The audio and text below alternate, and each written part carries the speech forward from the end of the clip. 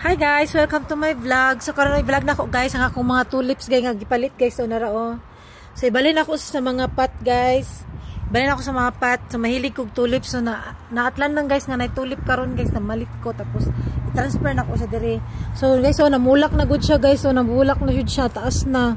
So gusto nang tanaw katong gagmay paunta kayo nya. Dagko naman sila good ano ko choice so ako na lang ipalit. So, mo din siya guys, no? Kani guys, ako na-transfer na guys, kung ano yung color ani orange. Tapos, napog ko yung red, napog ko yung violet. And then, napog ko yung white. Kani siya, white na siya guys.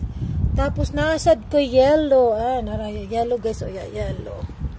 Yellow. Kana, tigno tulip. So, milig ko ani guys, no?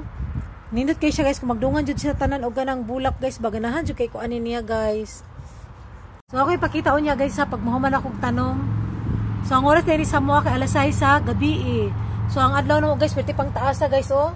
Peng. Murat pa siya alas sa launa, alas 2 sa hapon. Pero sa tinod na, alas 6 na baya. Hey guys, bye-bye.